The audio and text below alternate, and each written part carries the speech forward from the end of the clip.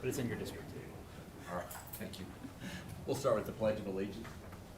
I pledge allegiance to the flag of the United States of America and to the republic for which it stands, one nation, under God, indivisible, with liberty and justice for all.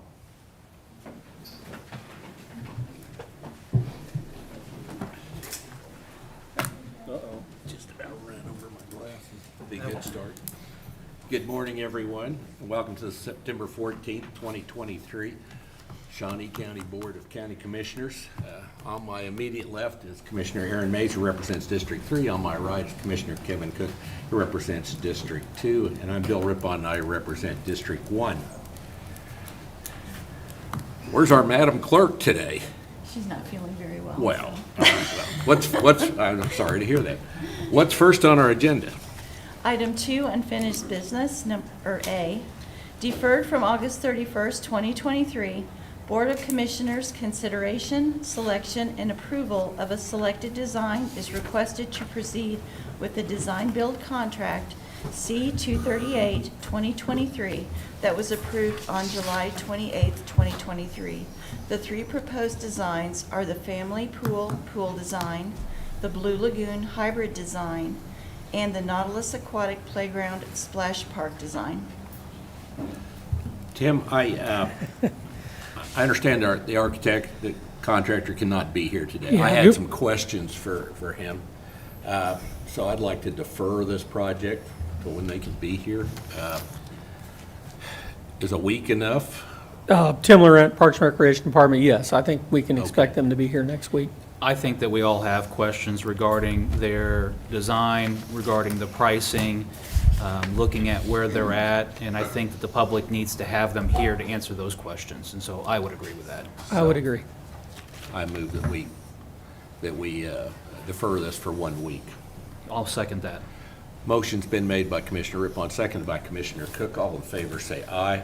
Those opposed, motion carries 3-0. Thank you. Commissioner Rippon? Yes. I do want to make just a quick statement that I think that this is a project that is important to the people in Oakland, that they need to know that the commissioners are taking this seriously, that we are very invested into the improvement in Oakland, and they should not see this as us not taking attention to their project. So we're not just delaying it unnecessarily. Yeah, I'll also go on record as saying I support the project. I want to see a pool built. When I look at these three designs, I don't think there's any possibility of me going with a splash pad. I think that's been a concern that we've been hearing over and over again. I think the pool is kind of what we're all leaning at. It's the contract and pricing and construction schedule that we are worried about the most, I would say. So this is not kicking the can down the road so much as there are definitely some questions that need to be answered. Okay. Thank you, and I agree with that. Absolutely. Okay, well, all right. Next item. Item 3, consent agenda. I would move that we approve the consent agenda. Second. Motion's been made by Commissioner Rippon, seconded by Commissioner Mays. All in favor say aye. Those opposed, motion carries 3-0. Next item. Item 4, new business. A, County Clerk, number 1, consider all voucher payments. Commissioners, we have vouchers this morning that total $2,934,955.63. Some of the highlights out of that voucher report under sewer districts with the City of Topeka, $228,444.93. This quarterly operation and maintenance of Sewer District 2, 6, and 65, and Sherwood. Under Lake Shawnee, KBS Constructors Incorporated, $206,318.49 for Lake Shawnee Campground, which was a design build. And I think, Commissioner Rippon, you said you wanted to maybe have us go out and take a look at that someday, so That's that'd right. be good to do. Under Facilities Management, paid with ARPA SLRF funds, Cine and Company of $106,720 is for the final payment for the renovations to this building, 707 Quincy. Under 911 Telephone, Motorola Solutions, $53,410 for an annual service agreement for radio systems. And I do not have any other questions regarding the vouchers. Would move for their approval. I'll second that. Motion's been made by Commissioner Cook, seconded by Commissioner Rippon. All in favor say aye. Those opposed, motion carries 3-0. Next item, Number 2, consider correction orders. I would move that we approve the correction orders. Second. Motion's been made by Commissioner Rippon, seconded by Commissioner Cook. All in favor say aye. Those opposed, motion carries 3-0. Next item. Item B, Public Works. Number 1, public hearing and consider resolution number 2023-59, authorizing the removal of a school zone pedestrian activated traffic control signal located on North Topeka Boulevard, approximately 280 feet north of Northwest 58th Street. Good morning, Commissioners. Kurt Niehaus, Director of Public Works.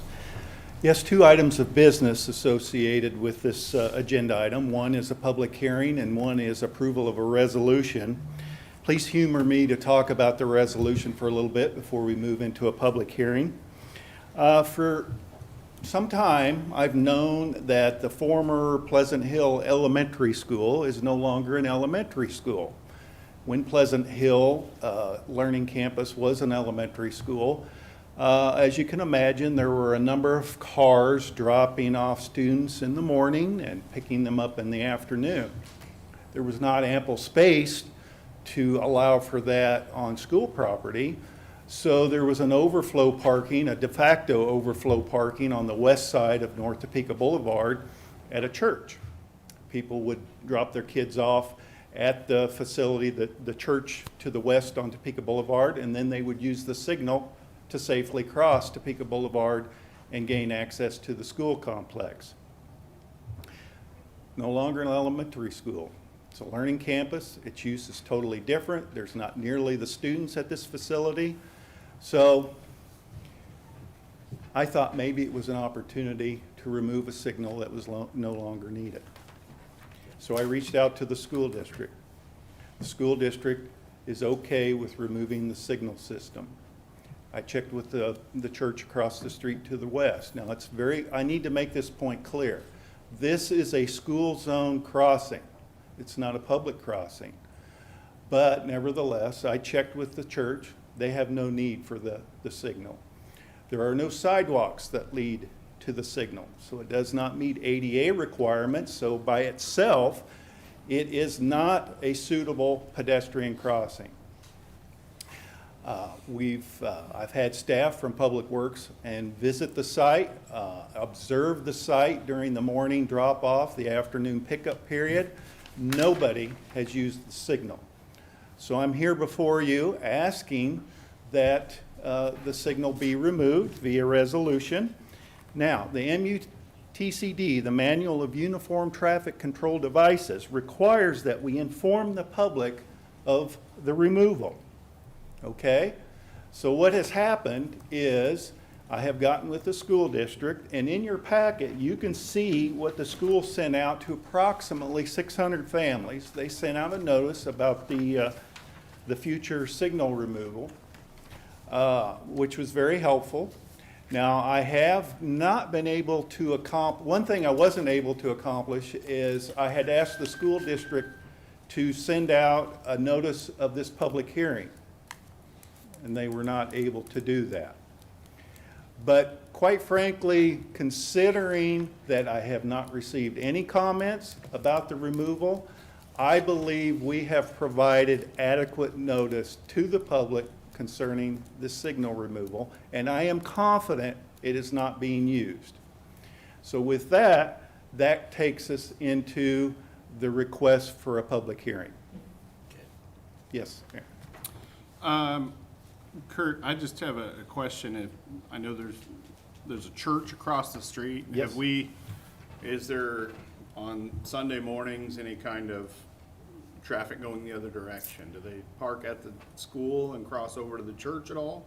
Again, I called the reverend, talked to the reverend at the church. He said they have no need for the crossing. Okay. Kurt, who owns the signal? Is that our property? It's or our is it school? property, yes, sir. We have been maintaining it. Well, let me rephrase that. We've been paying the city of Topeka to maintain it. I have delayed spending money on that signal. It's in need of an upgrade because again, I had been thinking that this was a possible removal candidate for quite some time. Is this a solar? No, nope. Okay. Yeah.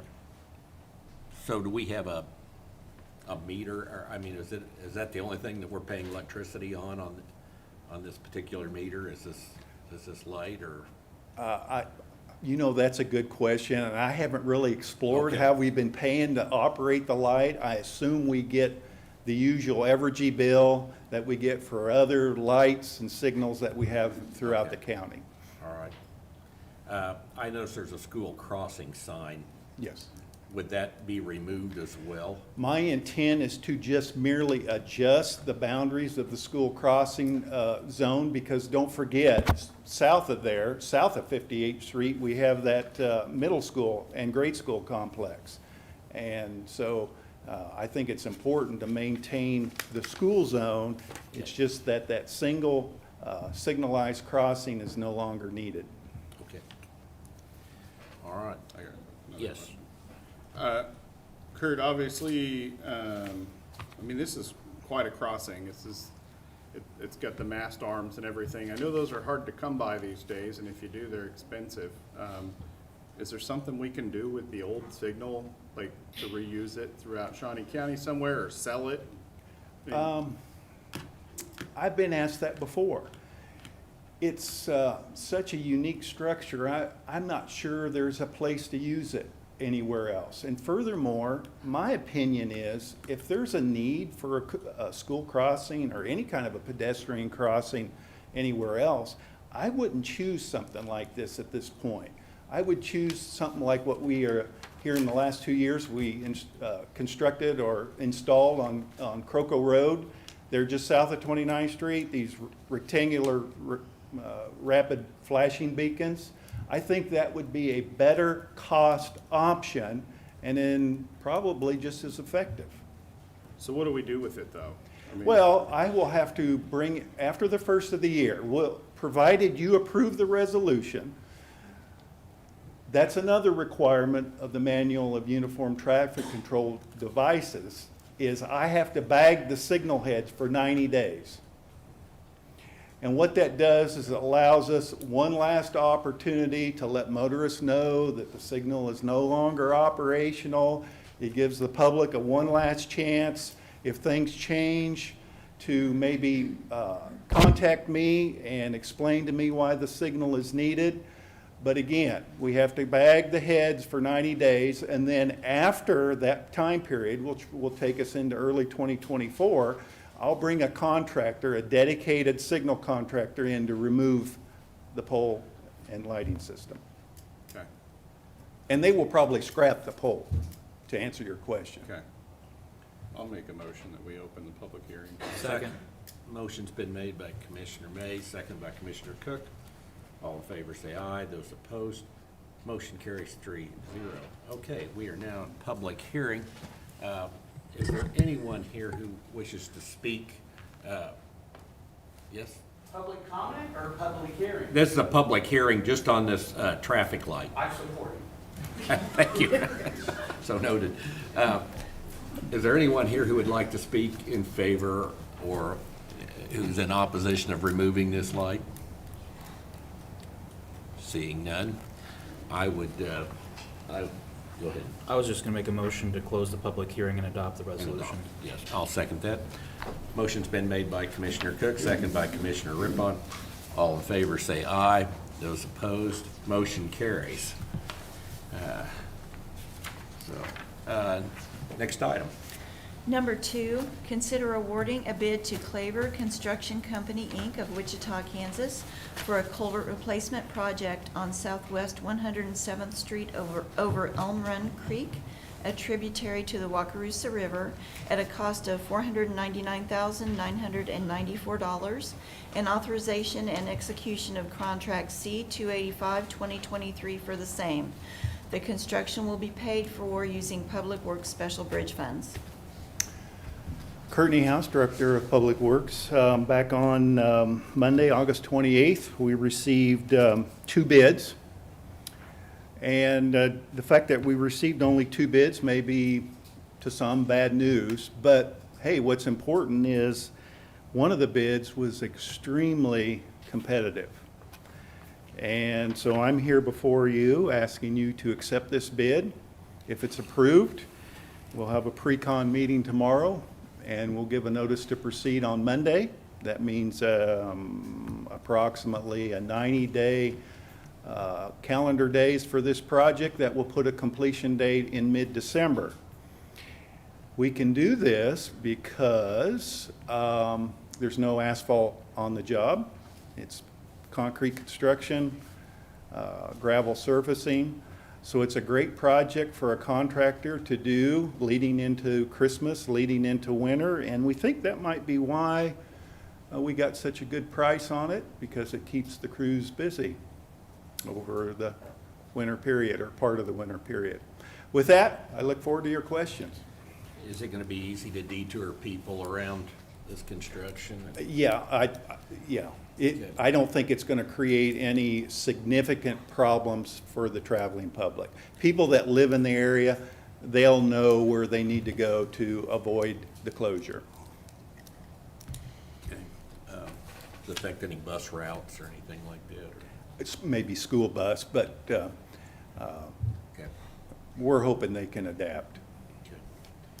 I'll Any other- move to approve. I'll second. Motion's been made by Commissioner May, second by Commissioner Rippon. All in favor, say aye. Opposed? Motion carries 3-0. Thank you. Kurt, next item. Item C, Planning Department, number 1, public hearing and consider approval of resolution number 2023-60 to amend the district zoning classification from I-1 Light Industrial District to I-2 Heavy Industrial District for the intended use of storing Class B biosolids and agricultural lime products on property located at 7939 Southwest Topeka Boulevard in Williamsport Township. Good morning, Commissioners. Joni Thadani, Director of the Shawnee County Planning Department.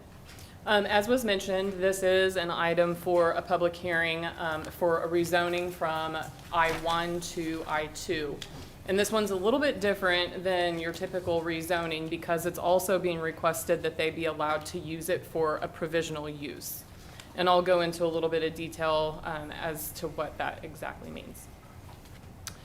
So in this matter, what they're wishing to do is rezone just shy of 50 acres located at 7939 Southwest Topeka Boulevard. And as mentioned, they're currently zoned I-1, which is light industrial district, and they're wanting to go to I-2, which is a heavy industrial district. The provisional use that they're wanting to utilize is to store Class B biosolids and agricultural lime. What you have here is the location that this falls. As you can see, it's along Southwest Topeka Boulevard. Immediately to the west is the Walmart Distribution Center. To the north, you see the Target Distribution Center. To the east, you have Bettis, a recycling facility, and other industrial uses such as an electrical station and Heartland Park and other items along that area. Some agricultural use as well. The applicant is BRT Self-Storage. The people who own that are Randy Long Trucking. It's where they moved a few years ago and utilize their shop and office. They have equipment storage, topsoil and rock storage. They do sales, clean rubble demolition, and then there's some agricultural farm ground. The two particular items are storage of Class B biosolids. The biosolids are actually removed from the Oakland Waste Treatment Facility, and they are in a contract with the City of Topeka to remove that biosolids. And then there's also storage of agricultural lime that they removed from the McVicker Water Treatment Plant, which also they have a contract with the City of Topeka. My understanding is if this rezoning goes through, that they would have some additional contracts that they would enter into with the City of Topeka, because what they have now solely deals with how they utilize those biosolids and ag lime at the current. They're hoping to expand what they're able to utilize it for. And they will continue to use the property for Randy Long Trucking and other purposes that they've been currently using it. What you see here on the map in green, the green box, is the approximate location of where the biosolids would be stored, and then a little bit further to the east is where the ag lime would be stored. And there's some measurements there showing distances to some waterways. To the west is a creek, and to the south are 2 lagoons that they operate for their current waste removal. As noted, the materials would be stored primarily on that southern portion of the north parcel. There's actually 2 parcels that are involved here, and it is located pretty much right in the middle of the 2 parcels. Class B biosolids are a beneficial way to recycle organic matter and plant nutrients. What they do with those biosolids is they actually apply them as a fertilizer to farm ground. And so right now, they're taking the biosolids from the treatment facility directly to farm ground, and they can only do so many truckloads at a time, and they can only do it during certain periods of the year. By allowing this storage to happen, what they can do is they can remove additional biosolids from the facility and then store them on the property instead, which allows them to utilize that product on additional farm ground outside of the current scope of where they haul. What happens with those biosolids right now is that they actually all get hauled to the landfill. And so not only would this be beneficial in expanding the service to other farms, but it would also eliminate some of the product that's being hauled into the landfill as well. They are working with, or have been working with SBB in regards to building up a berm and a storage location at the spot that they're utilizing. Part of this has to do with some of the recommended guidelines from the EPA and also from KDHE that just helps to maintain the biosolids in a certain area. It helps protect it from some of the waterways, the creek that I pointed out just recently. When you're looking at the golden factors, which are, golden, if you recall, is a case law that came out many years ago that helps us determine how to utilize properties or make changes to properties in regards to zoning issues. So some of the factors that you would look at here is what's the character of the neighborhood. And this property lies along the southern part of Southwest Topeka Boulevard. The area is already zoned and known for light and heavy industrial use. There's, in essence, no residential use. I think that they had found that the closest residence was at least a mile away. This amendment would not be considered spot zoning. There are both I-1 and I-2 zones in the area. Nearby are Walmart Distribution, Mars, Heartland Park, an electrical substation, Bettis, recycling facility, agricultural and ranch land. They don't have to utilize new public services to support this use. As indicated, they already have a lagoon, they already have electrical and water, they operate their business off of this property. In regards to how those trucks are going to get to and from the property, as you are probably aware, Topeka Boulevard at this location has 4 lanes. It's 2 lanes on each side divided by a large median. There's plenty of room for them to cross over onto their property, and they can actually take entrance both off of Southwest Topeka Boulevard, which is the primary entrance, but there is also entrance from Southwest Innovation Parkway, also known as Southwest 77th at this part, on the north end of the property.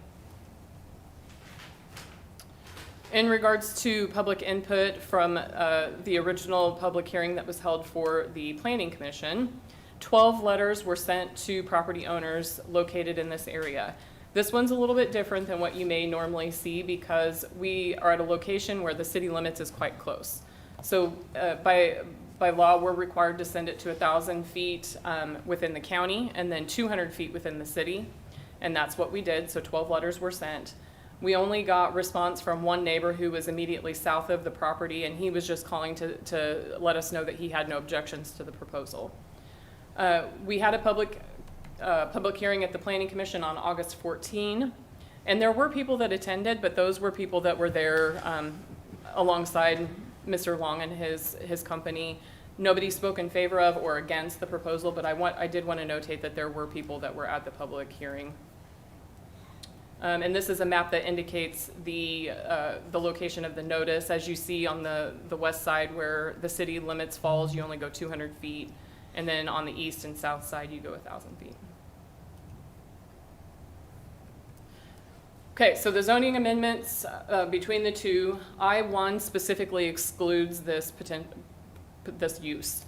I-2 allows it, but only as a provisional use. And so when we look at what a provisional use is in comparison to a conditional use, because typically what you see us come before you is for a conditional use permit, this is a little bit different because typically a provisional use sets forth other allowances within our additional regulations that we have for the planning department. And it sets forth other items such as parking or how many, I don't know, other items like how much space you have to have within a building for a specific dimensional requirement. And then if they comply with those provisions, then they can utilize the property for that use. Typically, a conditional use permit, we come before you with a specific list of conditions, and they have to meet with those conditions to comply. This one kind of mixes the two definitions in that it calls it a provisional use, but it states that the following uses are subject to approval by the governing body with respect to location and safety provisions, compatibility with adjacent properties, and they ask for a report by the fire department and health agency, and then it sets forth that the governing body may establish reasonable restrictions or conditions upon the use of the facility as may deemed appropriate. So as a part of our request, when we send them out to all of our review entities, we did specifically send a request to the fire department, and he emailed back and indicated that he didn't anticipate any problems. The only issue that they would want to be aware of is people who may complain about the odor. From KDHE, they indicated that they had no problem, and I guess I should sidestep this and indicate that I did reach out to the local or Shawnee County Health Department, and they responded back and just indicated that we should reach out to KDHE, and mainly that was because this involved waterways and the 2 lagoons which are permitted by KDHE. And so we reached out to them, and they indicated that they have no problem with the stockpiling, that they should maintain consistent oversight of that because it could be a pollution potential at some point in the future. But if they maintain it properly, that should not be an issue. And this takes us back to that berm that they're working with SBB, and they recommended that they get in touch with someone, an individual or a firm that's knowledgeable in stormwater best practice management. And so utilizing SBB, they're able to do that, and they are also following the EPA guidelines that are set forth, which I'll show you here in just a second. In essence, they had no problem with the stockpiling or the storage. So as mentioned, they have been working with the EPA. They reached out to a local EPA agent, and they indicated that there's no permitting requirements in regards to the storage. There is guidance. I've posted a link here that indicates the guide that was done back in 2000. It hasn't been updated since that time, but it is a lengthy document, and they've been utilizing that as background and the steps that they have to take in regards to how they can start this process.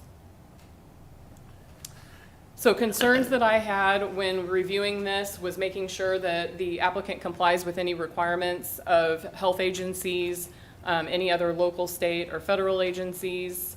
I was a little bit concerned about the amount of product being stored, how much is it that they're going to be hauling in, and then how long is that going to be maintained at the property itself. They had indicated that they could haul up to 300 loads at 18 tons per load, which would mean that they could hold up to 5,400 tons of material on the property at any given time.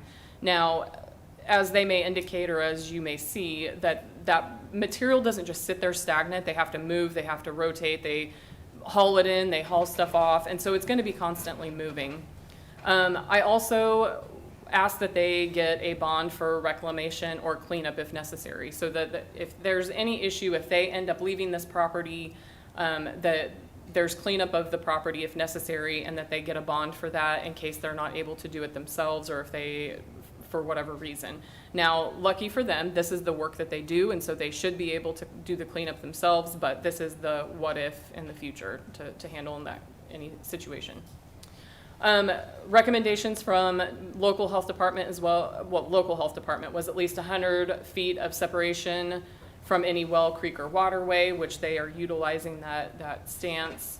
And then I was concerned about whether the product emits a smell and a plan to minimize those odors.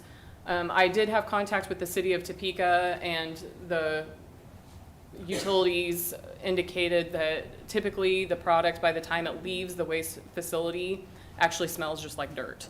And it is possible that as it sits there, that it could create an odor at some point in time, but as they work it and as they overturn it, as they move it in and out, that should be minimized, and so there's very little chance that that is gonna cause issue. And they are gonna be following the guidelines of the EPA to help prevent that from happening. As I mentioned, the closest home that they had found is approximately a mile away. I also asked that they implement a process for receiving and responding to complaints, and then I also asked that they go ahead and submit a report and do so every 2 years, kind of similar to how we do with some of our sand pit or rock quarry, where we ask them to evaluate what they've done in the last 2 years and give a proposal of how things are going to do in the next 2 years. And they will send that to the planning department, and my office would review that. If there's any issues that have arisen, then we could potentially deal with that at the planning commission and then to the Board of County Commissioners. My findings are that it meets with the character of the neighborhoods and the surrounding properties, that this use is not inconsistent with the comprehensive plan. I do anticipate that there will be a higher amount of truck traffic, but based on this section of Topeka Boulevard, that this could be handled. I do believe that there's a benefit in increasing the usability of the products to not only local farmers, but also decreasing the amount of waste going into the landfill. And I feel as though this can be done in a safe and effective manner so long as they continue to comply with all the rules and guidelines that are in place. So we recommend approval of the request, or I recommend approval of the request. As mentioned, this did go in front of the Planning Commission on August 14. All 7 members were present, and they had very little conversation about it in regards to specific concerns. They asked a few questions of the applicant, but they did approve it 7-0. And so I have a laundry list of the recommendations, and all of those directly correlate to the concerns that I had. There are 9 of them total. And the request from staff and the Planning Commission is that this would be approved by the Board of County Commissioners. And if you have any questions, I'd be happy to answer. Mr. Chairman. Yes. Mr. Donnie, I appreciate this presentation, and I just want to say we've been supportive of Long Trucking when they had their item before us to make some expansions and improvements. This is a project that is taking waste and turning it into a material that can be used for our community, and so I appreciate that. But the one question I do have, and you notified the people within 1,000 feet, you didn't notify the homeowner, but what about Mars specifically? Did we send notice to Mars? Anybody within the 200 feet within the city limits, and if I recall correctly, oh, my PowerPoint disappeared. So I was just concerned with if Mars had any concerns with the smell, if there was going to be any. And again, I understand that over time the smell would dissipate, but when it arrives fresh, there's going to be some smell. Right. So what I can tell you is based on the map that we have right here. And so we sent notice to Walmart, and we sent notice, I can't read any of these up top, but to Mars did get notification. Okay. Yeah, Then- sorry, I said that was Target, but that's Mars. I apologize about that. So yes, we sent notice to them, and we sent notice to whomever was on the appraiser website as who contact goes to. But because, like, say for instance, the Walmart distribution center, because of the tax benefits that they were receiving, Shawnee County is actually the people who are supposed to receive notice on that. We sent notice to Shawnee County, but we also sent it directly to the Walmart distribution center at their location to make sure that the people surrounding all got notice. We tried to go over and above because of what was involved with the product. All right. And we didn't hear anything from anybody. Thank you. Any other questions? Then I would move that we open this public hearing for this resolution. Second. Motion's been made by Commissioner Rippon, seconded by Commissioner Mays. All in favor, say aye. Opposed? Motion carries 3-0. So with that, is there anyone here who would like to speak in opposition to this resolution? Anyone who'd like to speak in favor of this resolution? The applicant, like, Absolutely. My name's Luke Funk on behalf of Randy Long Trucking and BRT Self Storage, and I'm just here to answer any questions that anybody may have regarding what we're trying to accomplish. No. Any questions? The end user of your product, once it's gone through the maturation process, who are you going to be selling this to? Well, it's not sold, this material will be applied to farm ground. Okay. And actually, our current contract with the city of Topeka, gets the farmers for us to apply this. So, I mean, they're involved with the process, and they probably will be, well, more than likely, they will continue their involvement with the process once we acquire this facility, because, yeah, it's my understanding they want to be completely involved with the process. So this is just temporary storage for the extra biosolids that we're going to apply to farm ground. But they get the fields lined up for us and do the sampling, and then we apply to EPA requirements to the farm ground. And then the farmer comes in and discs it in right after we apply it to the farm ground. All right. All right. Any other questions? I guess I do have a question. Does somebody have to come in and test how all this is going along every so often before find out if it's ready to be used, and who does that? Is that the city? Yes, the city of Topeka does that currently. And there's some testing that's involved with that, and then even the follow-up after we apply it too. So it's all done to EPA regulations, and I don't know, the minimal storage that we're gonna have at this facility, current EPA regulations, could be 2 years, but we're not having this material there that long, because it's basically gonna be during the period that, because it's only 300 loads. So it's gonna be just during the period that the crops are in the ground, and we'll spread it after harvest. So it's just a very limited period of time. All right. Any other questions? I would move that we, did you have a question? Nope. Oh, I was just about to do what you're doing. okay. I'm going to move that we close the public hearing and approve this Second. resolution. Motion's been made by Commissioner Rippon, second by Commissioner Mays. All in favor, say aye. Those opposed, motion carries 3-0. Thank you, Lou. Thank you, Joni. thank you, commissioners. Next item. Item D, Parks and Recreation, number 1. Consider authorization and execution of Contract C-286, 2023, the Topeka Dreams Neighborhood Improvement Initiatives Agreement between Shawnee County and the City of Topeka, which outlines the requirements and responsibilities of the selected Dreams projects in the amount of $259,545, being approved by the City of Topeka's awarded ARPA funds. Parks and Recreation will be responsible for administrating the subrecipient activities of this program. Good morning, Commissioners. Tim Lorette, Parks and Recreation Department. So this gives our department a chance to work with the NIAs and obviously the city of Topeka. And it provides some funding to do some improvements in various locations. What we're talking about today is the Hillcrest Aquatic Center, McKinley Park, and then also improvements at Veterans Park over in the Noto area. So I'd be happy to answer any questions about any one of those. I think the biggest project of the three is adding a slide to the Hillcrest pool. But again, I'd be happy to answer any questions. Any questions? No. Are all these projects, would they be scheduled to be done this year or started next year? They have to be completed by the end of next year. Okay. So we would have until the end of 2024 to get these done. Okay. I have none, but I'll move for approval. I'll second. Motion's been made by Commissioner Cook, seconded by Commissioner Rippon. All in favor, say aye. Those opposed, motion carries 3-0. Next item.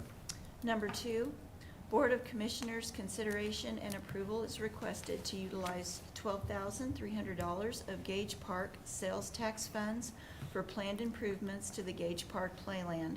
Upon approval, Parks and Recreation requests to utilize professional engineering consultants to provide a topographic survey for $5,300 and master plan for $7,000. Upon approval, the department further requests permission to use the formal bid process for the implementation of the Playland Master Plan. Good morning again, Commissioners. Tim Laurent, Parks and Recreation Department.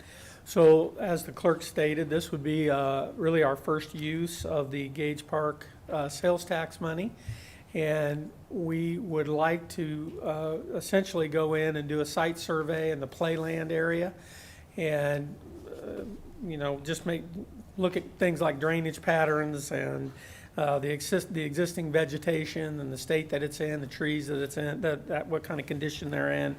Really identify any potential things, hazards in the area. And then the next phase of that would be to create a master plan just for that park. So not the park, but the Playland area. There hasn't been many improvements there for a while. I think the newest play structure that we have in that area is getting close to 20 years old. So we would like to go in and really completely renovate Playland, but that will be down the road. Right now, we want to do the site survey, and then we want to create a master plan, and then we'll come back if this is approved and bid out the future projects there at Playland. Happy to answer any questions.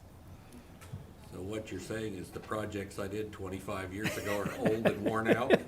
I'm saying they were so great they lasted 25 years. Okay, all right. But now we're gonna have to do something else. Tim, this is just to do a survey. We're not taking out, we're not removing anything at this point. We're not adding anything at this point. This is just to do a survey and an analysis of what's there and what could be improved. Is that correct? There's two phases. So there are two projects here essentially. To do the survey, the site analysis, that would be step one, and then we'll do a design for that area. That's step two. But we're not gonna remove anything until we come back here and bid out new equipment. We'll come back and follow the purchasing policy and create a project for that whole area. And at that point, you'll start seeing some changes. But right now, we're just making plans. And would this affect Animal Land? This is just Playland? It's just Playland. They sort of phase into each other a little bit. They do, but Animal Land is in much better shape than Playland. And we're actually right now working on having the structures at Animal Land. It's not happening yet, but it'll be happening soon. They're gonna be cleaned and restained, and I think that'll make a big difference there. Mr. Mays? And Tim, just want to make sure that this is clarified. The surveying, when you say survey, we're not talking about a questionnaire, we're talking about Site survey, correct. topographic survey where they go out with the surveying equipment. Correct. And do the site, so. But any further action would have to be brought back before us before it would be approved. That is correct. All right. As far as the whole park's concerned, isn't there something underfoot to do a master plan for the entire? That is out right now. We're taking submittals for an overall master plan. We felt comfortable going ahead with this project simultaneously because we're not going to make any changes to Playland as far as moving it. It's going to stay pretty much in that footprint. It's pretty much landlocked in that area where it is. So we felt comfortable moving ahead with this to try to get a jump on that portion. Okay. All right. I'll move to approve.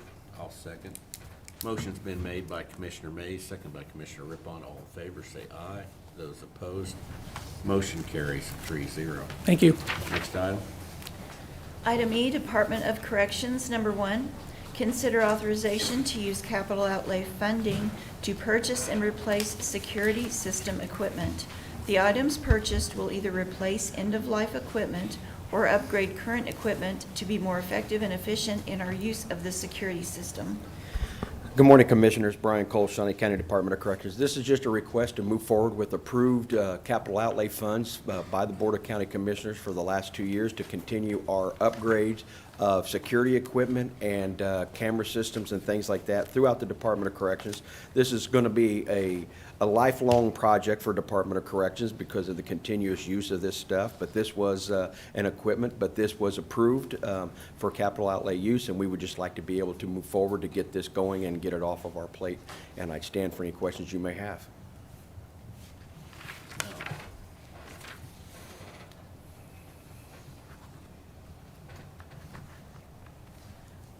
We don't have any idea of an estimate of what you're wanting to do. The cost estimate on this was, of this project was $85,182, and there still is funds remaining in that fund or capital outlay even after we do this. Okay. Other questions? I don't. I'll move for approval. Second. Motion's been made by Commissioner Cook, seconded by Commissioner Mays. All in favor, say aye. Those opposed, motion carries 3-0. Thank you. Brian. Next item. Number 2, consider authorization and execution of contract C-287, 2023, Fourth Amendment to the Food Service Agreement with Aramark Correctional to provide meals for inmates and juveniles from October 1st, 2023 through September 30th, 2024. Good morning, Commissioners. Tim Phelps, Shawnee County Department of Corrections. This is an amendment to our current iteration of our food service contract. This is approximately a 4% increase to this year's per meal cost, and that is based upon contract required study of CPI baskets to make sure we're paying for proper materials with these funds. So I'd be happy to answer any questions you have. Any questions? No. All right, I would move for approval. Second. Motion's been made by Commissioner Rippon, seconded by Commissioner Cook. All in favor, say aye. Opposed, motion carries 3-0. Thank you, Tim. Thank you. Next item. Item F, Weed Department, number 1, consider approval of request to fill a full-time applicator position with an experienced candidate at a salary including benefits of $55,751.37. Good morning, Commissioners. John Landon with the Weed Department.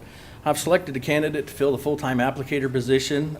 This candidate's been with me since 2020 as an intermittent help. He's done customer service, weed applications along roadsides, very familiar with labels and recommendations on mixing stuff. So this candidate has exceptional experience in this field, and so I'm requesting to start him out at step 3, grade 11.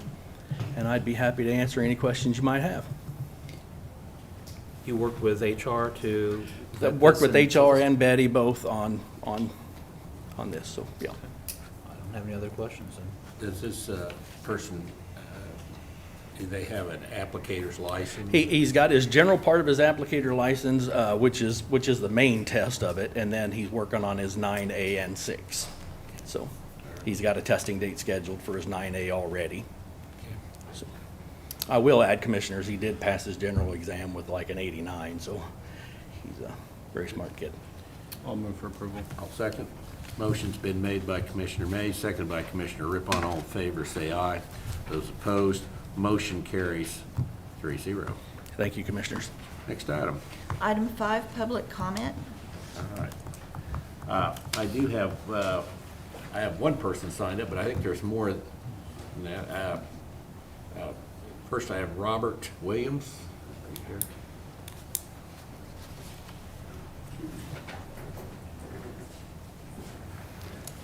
Robert Williams, 3249 Southeast Shawnee Terrace, Topeka, Kansas. Greetings, Commissioners. Though I regret having to compel you to gaze at this ugly mug yet again, I do have some encouraging thoughts, ideas, and possible solutions regarding the Citizen Commission on Local Government as stated in KSA 1926-70 through 74, as I mentioned last week. Crunching the numbers with some prominent members of our community, it appears that such a commission would number north of 70 individuals once formed. It is my belief, as well as others, that forming such an enormous body would prove to be a daunting task, as well as the possibility of a commission of this size being largely ineffectual in its mission. I believe I can speak on behalf of my team that we have no interest in placing such a burden on neither this governing body nor any other as mentioned in the statute. That being said, we have already conducted an informal meeting comprised of several members of the community, and we are forging ahead on formalizing our own citizen commission with the intent of executing the duties outlined in KSA 192672. These members represent a cross-section of the citizenry, both at the state and local levels, since some of the potential recommendations are expected to involve both. Further, it must be made clear that such a commission have an open and revolving door policy that for any citizen and/or governing body official to provide input and guidance in the matters being decided upon by said commission. Also, the recommendations made by the Citizen Commission, which are brought to the governing bodies and/or the legislature in accordance with KSA 192674, carry the weight sufficient to compel affecting governing bodies to initiate said recommendations. We have a willingness to avoid forcing statutory obligation and wish to work together with the governing bodies as a community to strive for representation, efficiency, and transparency in local government. To that end, here are some easy recommendations we would like to put forth initially to provide more of a voice and representation for the citizenry. 1, efforts made to elect the county appraiser. 2, the TSCPL's standalone municipality status be repealed and that they fall under the umbrella of the elected governing bodies as they should. We already know, some of us know in here, there's already a hot, steamy mess over there with the types of reading materials they offer. But they also, let me pause here. I'm reading statute with their obligations or with the constraints that they fall under with regard to how they levy tax, that'd be 12-1267, they're not to exceed 5 mills. And if they do so, they can do it in quarter-mill increments in any one year, not to exceed the amount equal to 8 mills in any year. For many years, it's exceeded that, and even now, it's above 8 mills. Last year, it was 8.89 mills, and I think it was above 9 mills for several years prior to that. We'd have to look into that. But nonetheless, that's part of the library's things that we would like to change. So 3, the city of Topeka return to a strong mayor-council form of government, eliminating the bureaucracy of the city manager's office. Though some aspects of these recommendations may not involve county governance, they do, in fact, fall under the provisions of the aforementioned statutory obligations and should be considered relevant requests worthy of adoption. Taxation without representation cannot continue. There's examples within county government and our departments that show and prove success with elected officials, one being the treasurer's office. Mr. May came in there, it was a train wreck, and he's got that place running like a well-oiled machine now. It is fantastic over there. And also the county sheriff, elected official, he's doing a fine job in his office as well, in my opinion. So in closing, we ask that the county commission embrace and adopt this venture as a plausible alternative to imposing a statutory obligation that would most likely result in failure as well as needless waste of time and energy. I'm going to enter into this record 9/14/2023, signed Robert Williams. To segue to another issue, East Edge Road, this may be of interest to the Parks Department. I've been out there for more than a quarter century, and because of, I would assume, the increase in development out there and the higher use of that, East Edge Road from 37th Street to the bottom of the hill, just west of the Chaffee Farm addition, that has been for years been like a drag strip. It's a safety issue. And I would urge that we put some measures in place to reduce the speed of and some of these people that are speeding are service vehicles, and pseudo-government type vehicles, as well as personal vehicles. I could sit out there with a speed gun and earn a salary of a sheriff's deputy, clocking and writing tickets. That's how significant it is out there. It's not only a safety issue, but that road was initially put in there, and it is put in there, in my opinion, as a way to get to some of the park amenities, the golf course and some of the buildings, the cottages and so forth, and the campground and such. But it's also it should be thought of as a tranquil drive around the lake, right? It's a beautiful place. I applaud the county parks department for making that. If we can take care of and handle the littering problem with these people throwing their garbage out, but nonetheless, that area should be thought of in that fashion. So I would propose that a couple of easy fixes, or at least some things that can deter this speeding 50, 60 miles an hour in excess sometimes, that maybe some more robust signage, like speed limits strictly enforced, that sort of thing. Maybe a few more speed limit signs. It's supposed to be 25 in there.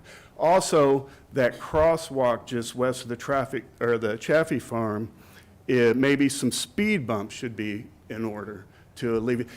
Most places around the country, the traffic has to yield to pedestrian. We have the stop sign holding pedestrian for the traffic over there, and I assume that that's because that was used or defined as a bike path. But I'm here to tell you, you probably have 20-to-1 walkers versus bicyclists utilizing the bike path. I would argue that it's a pedestrian walkway at this point. But nonetheless, maybe we could switch that stop sign towards the traffic versus towards the people walking. Because I imagine, we have some lawyers in here, if somebody's struck by a vehicle, it's probably not going to be on the pedestrians. It's probably not going to be their fault if that should occur, I would imagine. I'm not a legal guy. But these things, and I want to put this out there, I would pay for it out of my own pocket to put some signage in, some speed bumps, or switching the signs around to create. But we need to do something out there. I've been out there for over 25 years, and God forbid we have an accident. And not as important, but equally, also significant is the idea that we want to have a tranquil environment around the lake and not a drag strip, right? So with that, I'll close. And I would be willing to, if you would like, I want to enter that in the record, if you would like this to be, it's got my number on it, on the Citizen Review Board. I can leave that here if you're interested. May I? And that's all I have to say. And again, I applaud some of your department heads for the good work that they do. Thank you. Thank you.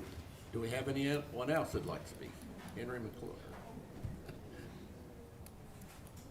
I was a little tardy for signing up. All right, it's okay.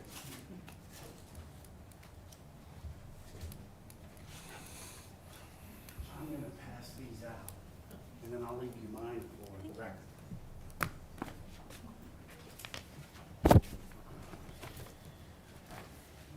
That authorization's in there.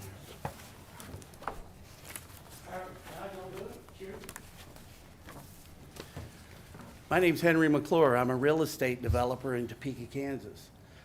You know what I loved about Winston Churchill? One of the things was he said success is going from one failure to the next with enthusiasm. And I'm going to tell you guys, nobody likes the neighbor that kicks the dog. And last night I felt a little kicked at the Jetto meeting. Could you imagine being in a courtroom and having the judge say, do you even have authority to represent that client? That would be embarrassing. So inside the package that I delivered you is the authorization from the owner of the Travelers Hotel. So you know that I'm here legitimately speaking to him or on his behalf. Also, I'd like to point out that yes, I did a poor job last night with my presentation. And yeah, I could have had better graphs and charts, and I thought they had gotten circulated to you. But I've spent a lot of money on graphs and charts. And I was looking at this one this morning. This is graphs and charts and presentations I made when I had 200 acres under a development agreement out in the Commerce Park. Because I think that the private sector can be better real estate developers than the government or the government's contractors. This presentation actually was put together to talk Jetto's contractor out of buying my land that I had a development agreement on. I'm trying to tell him it's not a good use of the tax dollars. You shouldn't buy my land. And last night, it was really thrown in my face about, well, if we tear down the Travelers Hotel, how long is it going to sit there? This 75 acres has sat vacant. That drawing was done in '02 when I was trying to be my own developer. But that property sat vacant since Jetto purchased it and Go Topeka took title to it, 18, 19 years. So maybe it's time to reevaluate your contractor. Maybe we need to actually reevaluate how real estate deals are done in this city, in the community and the county. We have a lot of good real estate professionals in this community that work on a commission basis. Imagine if your contractor had to work on a performance basis. Imagine $125 million if we just had never funded your contractor. How could have $125,000 impacted our community? Think of the positive impact that could have happened. Now, I'm not going to mention the person by name, but this was the contract that I was massaging. It didn't have anything to do with 32nd Street. You can make a CORA request and get it. I'm not going to mention their name, but this was somebody that's interested in the country club land. And the point I made so poorly last night.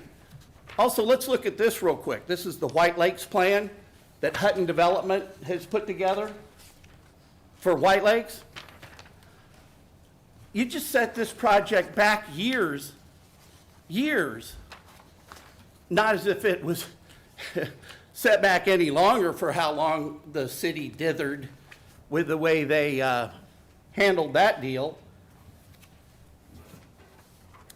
But why should a developer put money into the fancy charts if you can't see that tearing down the motel is a good idea and good economic development? Well, maybe I'm not so sure that yet you're in the right seats. Because it's a domino theory. You're too young to know what the domino theory is. Back in Vietnam when they were fighting. But I'm telling you, the dominoes start falling in place by tearing down the Travelers Hotel. And here's another thing that I'm really curious. Not last meeting, but the meeting before, there was a gift given to a guy that I think you said he didn't really get enough money from KDOT, and you relocated him. It was right before the flower bed thing. And if that flower bed thing wasn't enough precursor to saying you've got the wrong contractor, but I'd really like to follow the money on the, I think it was a Motorola use. But anyway, so your contractor's smarter than KDOT. KDOT says, this is fair compensation for you to relocate. Trust KDOT. Been around a long time. Arm's length, sounds fair. But your contractor decided they needed extra money. I think it was $175,000 they got to relocate because KDOT wasn't fair. So I'd really like to dig into that deal. Anyway, kick the dog. I'm not going to lose enthusiasm. It's actually becoming entertaining watching this because now the travelers said, well, I'll just open it back up. There's not much I can do. I'm going to still keep it listed. I'm going to still try to sell it. I'm still the authorized guy to discuss economic development. Here's the next thing. I might get back into the city manager's office, I hope, to talk about the country club deal. Putting a roundabout there, working on that 7 acres. But all this affects our community. And going to Jetto, I thought it was a fair shake. Joint economic development money, maybe not put all the burden on the city. I really thought the thing would have been a slam dunk yesterday. With the city being in the hotel business, they'd want to buy that hotel just to cut down the competition. Thank you for the opportunity. Appreciate it. Good to see you. Thank you. How'd I do? Henry McClure, live. Anyone else wishing to speak? All right. Next item. Item 6, administrative communications.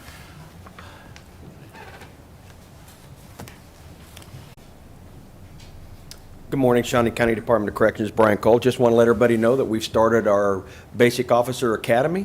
Started Monday. We'll be going for this week and all of next week. We have approximately 17 people going through our academy. So hiring and retention continues to do very well. And we're still continuing to work with Washburn Tech on how to enhance our academy. But I just want to let everybody know that we have our academy going and it's going strong. So, and then I'll get with the commissioners on graduation. So thank you. Very good.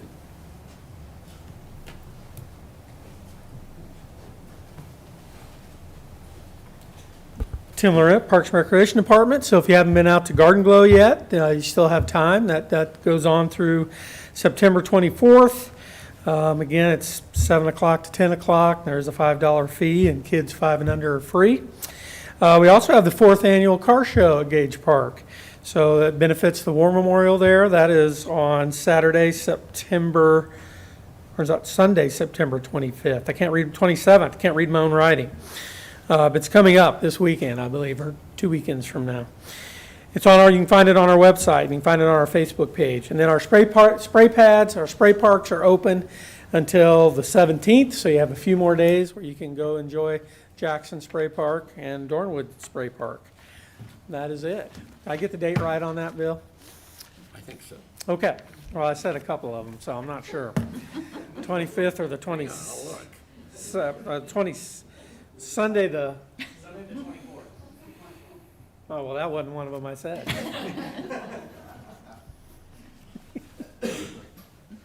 Car show's the 17th, I believe.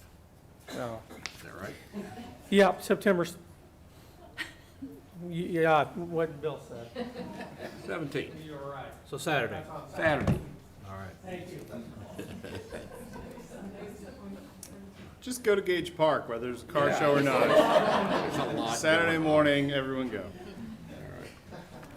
Anyone else wishing to follow that? Commissioner Mays, do you have anything to? No, nothing from me. Commissioner Cook? No, nothing. I went to Garden Club. It was very good. It was well attended, and in fact, I was volunteering out there. It was good time. We do have a need for a work session next Monday. We're going to go. It won't be our traditional work session in here. We're going to go over to the courthouse and see how check on the progress construction over there, and then I'd like to go right out to the lake after that and check out the new campground area. So that's the plan for our work session. What else do we have on the agenda? Executive sessions. All right, we do not have a need for executive session, so we're adjourned.